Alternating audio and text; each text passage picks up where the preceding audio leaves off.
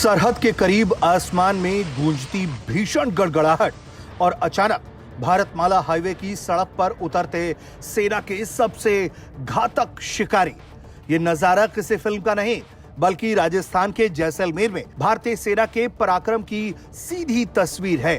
युद्ध की तैयारियों को धार देने के लिए आर्मी एविएशन कोर ने जैसलमेर के रेगिस्तानी इलाके में एक बड़ा ऑपरेशनल अभ्यास किया।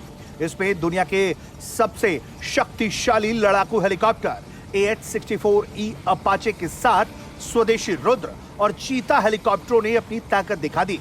सबसे हैरान कर देने वाला यह मंजर हम आपको दिखा रहे हैं, जब सेना का उड़ता हुआ यह टैंक रेगिस्तान के बीच से गुजर रहे भारतमाला हाईवे को ही रनवे बनाकर सीधे सड़कों पर उतरने लगा।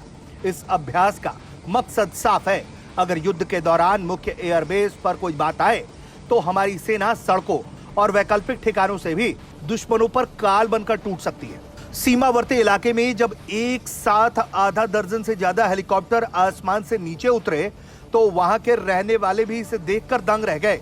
सूत्रों के मुताबिक इस ड्रिल में न केवल लैंडिंग और टेक ऑफ बल्कि युद्ध क्षेत्र में तेजी से ईंधन भरने, हथियार लोड करने और घायल जवानों को तुरंत रेस्क्यू करने का बड़ा अभ्यास किया गया।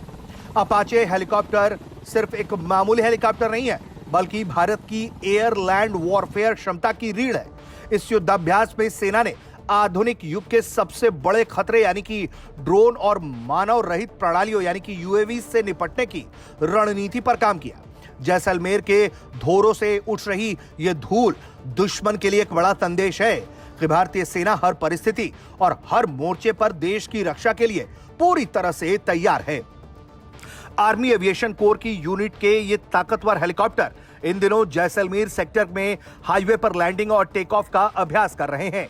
इसी के तहत सरहदी इलाकों से कुछ तस्वीरें सामने आई जहां भारतमाला हाईवे पर हेलीकॉप्टर ने अभ्यास किया।